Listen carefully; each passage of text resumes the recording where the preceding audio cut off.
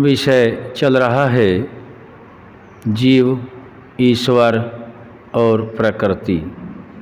जीव अर्थात आत्मा के विषय में हमने कुछ समय तक जाना है। अब ईश्वर के विषय में हम समझने और समझाने का प्रयास करते हैं। ईश्वर के बारे में हमने अभी तक जाना है कि ईश्वर गायत्री मंत्र जो वैदिक मंत्र है, इसके अनुसार हम अर्थ को जान करके अपने आप को ईश्वर के गुण कर्म स्वभाव को जानने का प्रयास करते हैं। ईश्वर जो सभी सामर्थ्यों में समर्थ है, सच्चित आनंद स्वरूप है। ईश्वर अर्थात परमात्मा, अनेक नामों से हम उस महाशक्ति को जानते हैं जो नित्य शुद्ध है, नित्य बुद्ध, नित्य मुक्त स्वभाव वाला, कृपा सागर, ठीक ठीक न्याय करने हारा, जन्म मरण आदि कलेश रहित, आकार रहित, सबके घट घट का जानने वाला, सबका धर्ता, पिता, उत्पादक, अन्न आदि से विश्व का पोषण करने हारा, सकल ऐश्वर्य युक्त, जगत का निर्माता, शुद्ध स्वरूप और जो प्राप्ति की कामना करने के योग्य है, उस परमेश्वर का जो शुद्ध चेतन स्वरूप है, उसी को हम धारण करें इस प्रयोजन के लिए कि वह परमेश्वर हमारे आत्मा और बुद्धियों का अंतर्यामी स्वरूप हमको दुष्टाचार, अधर्म युक्त मार्ग से हटा के श्रेष्ठाचार और सत्य के मार्ग में चलावे। उसको छोड़कर अन्य किसी वस्तु आदि का ध्यान हम लोग नहीं करें, क्योंकि न तो कोई उसके तुल्य है और न ही कोई उससे अधिक है। इसीलिए वही हमारा पिता, राजा, न्यायाधीश एवं सभी सुखों का देने हारा है। यह गायत्री मंत्र का अर्थ महर्षि दयानंद सरस्वती जी ने ऋषियों के मत के अनुसार सत्यार्थ प्रकाश में दे रखा है, जिसको हम समझने का प्रयास करते हैं।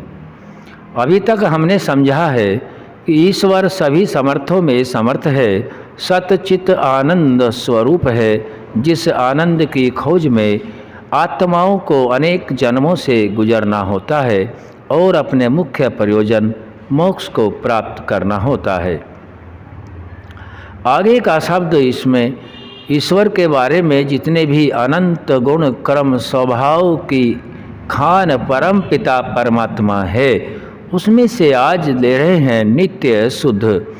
नित्य का अर्थ है कि हमेशा, चाहे दिन हो, चाहे रात्रि हो, चाहे कोई सी भी ऋतु हो, गर्मी हो, सर्दी हो, बरसात हो, किसी भी स्थान पर हो, किसी भी समय में हो, किसी भी ऋतु में हो, किसी भी दिन में हो, किसी भी मास में हो, वह परमपिता परमात्मा नित्य अर्थात हर पल, कोई भी पल खाली नहीं है, वह शुद्ध ही रहता है।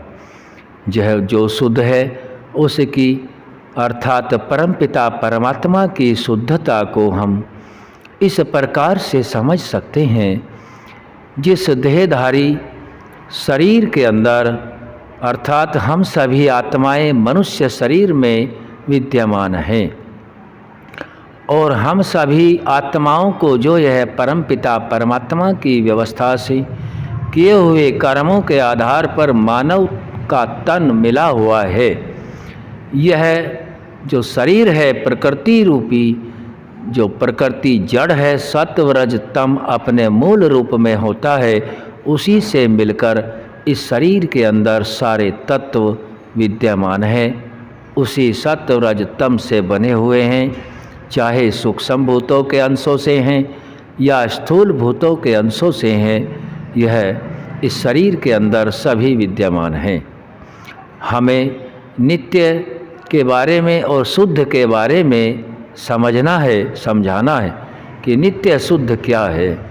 यदि हम इस शरीर को ही देखें, जो शरीर माता के गर्भ से जन्म लेता है या अन्य किसी प्रयोजन से आत्मा शरीर में प्रवेश करता है, अन्य कोई कारण भी होते हैं, तो वहाँ हम सभी देखते हैं कि आत्मा जिस शरीर का साधन के रूप में प्रयोग करता है, वह शरीर शुद्धता से पूर्ण नहीं है, अशुद्ध होता है। प्रकृति से बना हुए पदार्थ पूर्ण शुद्ध नहीं है। अर्थात इस शरीर के अंदर हम भोजन करते हैं, अपने शरीर को सुचारू रूप से चलाने के लिए पौष्टिक भोजन लेना होता है। वायु का भी ग्रहण करते हैं, जल का भी ग्रहण करते हैं। तो अन्न, जल और वायु औषधि का हम प्रयोग करते हैं, जिसमें प्राप्त करने के साथ साथ शरीर वृद्धि को प्राप्त होता है और क्षय को भी प्राप्त होता है। शरीर में जब हम भोजन, वायु, जल, अग्नि आदि का प्रयोग इस शरीर को चलाने के लिए करते हैं, औषध के रूप में करें या अन्य किसी तरीके से करते हैं, तो इस शरीर के अंदर मलों का भी निर्माण होता है।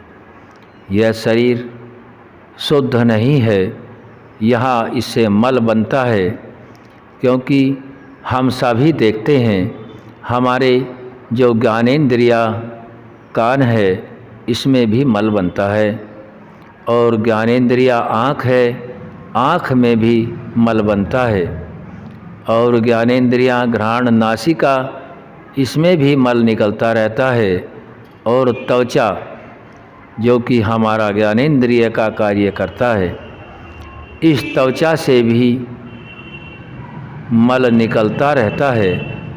और भोजन का शुद्ध रूप भोजन को पचा करके शरीर की वृद्धि के लिए कार्य आता है। जो भी इससे शेष बचता वह मल के रूप में शरीर के माध्यम से बाहर निकलता है। अर्थात इस शरीर के अंदर कितना भी हम शुद्ध पदार्थ डालें, कितने भी शुद्ध पदार्थ का सेवन करें, तो भी मल बनता ही बनता है। यदि यह मल न बने तो शरीर वृद्धि को प्राप्त न होगा। इससे यह सिद्ध हुआ कि यह शरीर हमेशा नित्य शुद्ध नहीं है। कोई भी प्राणी जो माता के गर्भ से जन्म लेता है और शरीर धारण रखता है, शरीर का भरण पोषण के लिए भोजन साधन आदि कार्यों को करता है, तो वह शरीर शुद्ध नहीं है।